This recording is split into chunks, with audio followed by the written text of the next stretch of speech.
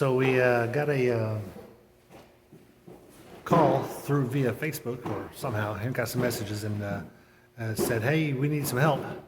Um, so here we are helping. What is it? Stay tuned, because we're just trying to live the coolest life.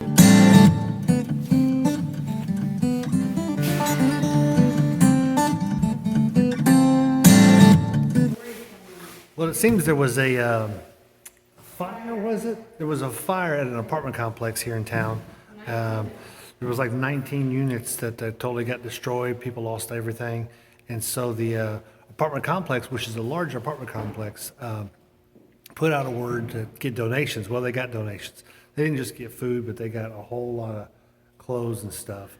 And there's some more down the hall, and there's some more upstairs.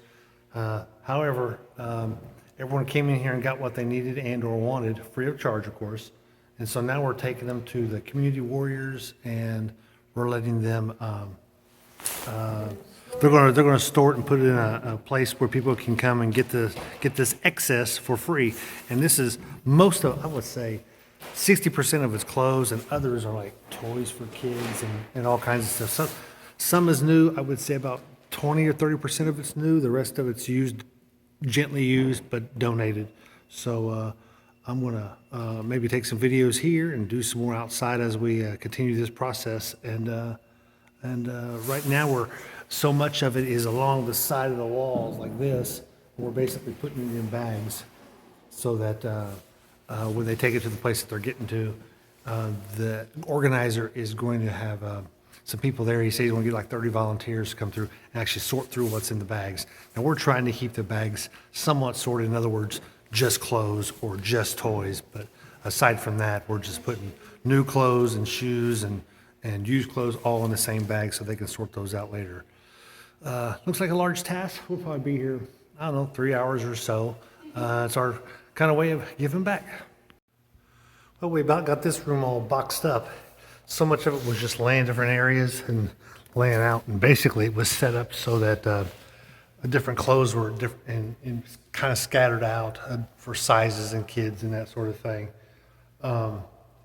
So people that lived here could actually come in here and pick from it, more like a store, but it just had to be boxed up or bagged up, I should say, as I went from that end down there and bagged up all this stuff here and come this way. And now this hallway has got where some other people have been bagging out here. And now I've got this I'm going to bag up. It's probably going to take me, I don't know, 15 minutes or so. It looks like a daunting task, but it's really not. It's pretty simple. So I'm going to get this done. I don't know how I'm going to get that bicycle inside of inside of a bag. I probably won't. Anyway, but if it's already in a box like this, I'm going to leave it. But all this oddball stuff, I'm going to get in a bag and try not to make it too heavy, because it's got to go upstairs and then in a truck and then to the local area that they're going to do another distribution to the community.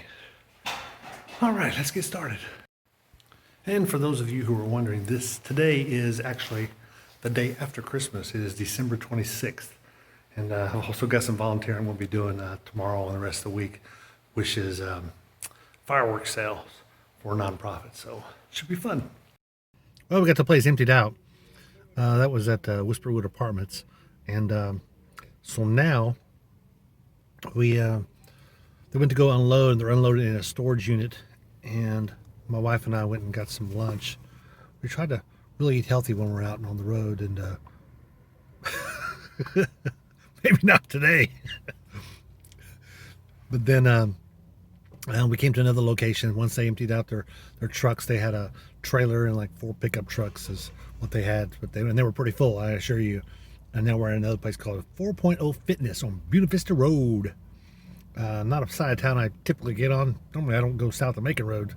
Sometimes not even south of Manchester. Anyway, the point is not an area of town I'm all that familiar with.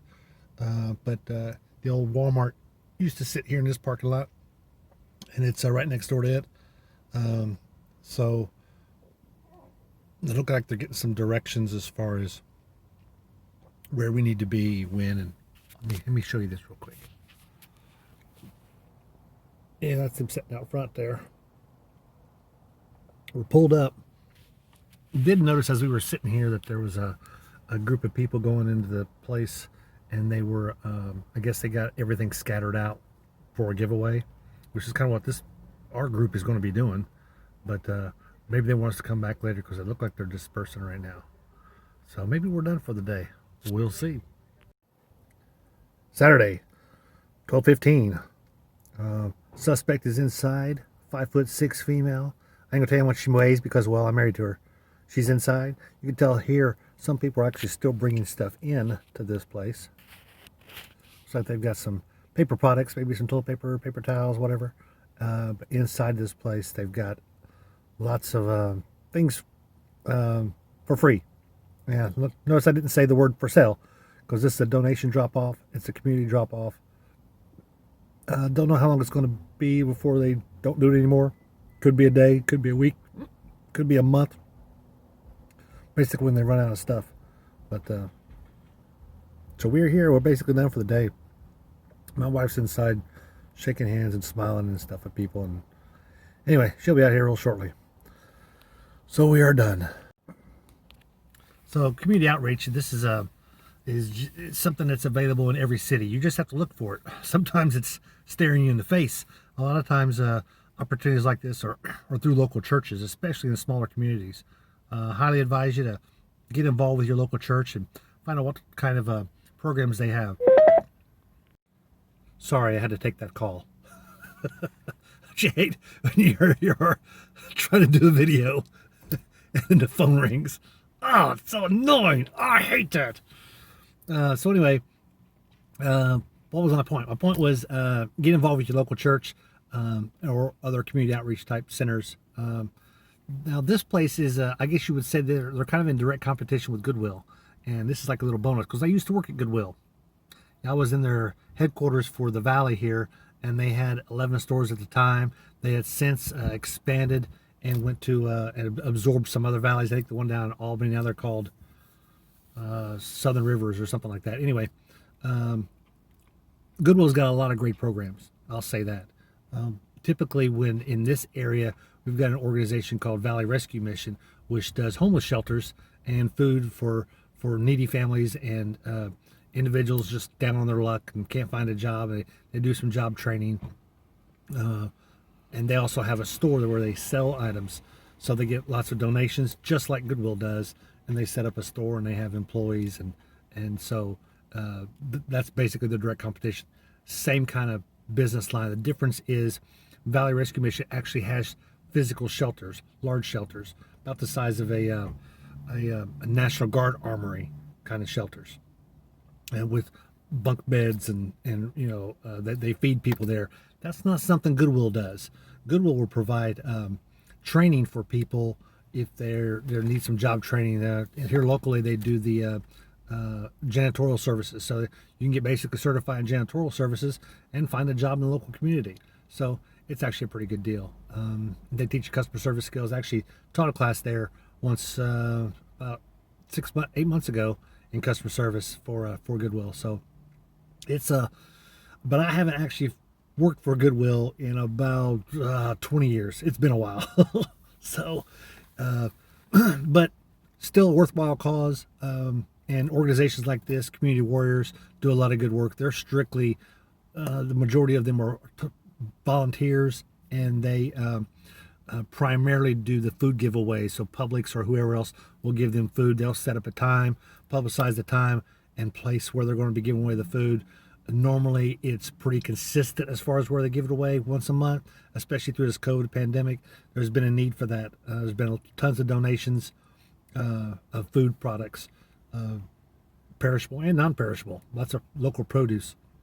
But what Community Wars does, and they're not the only organization in town that does that.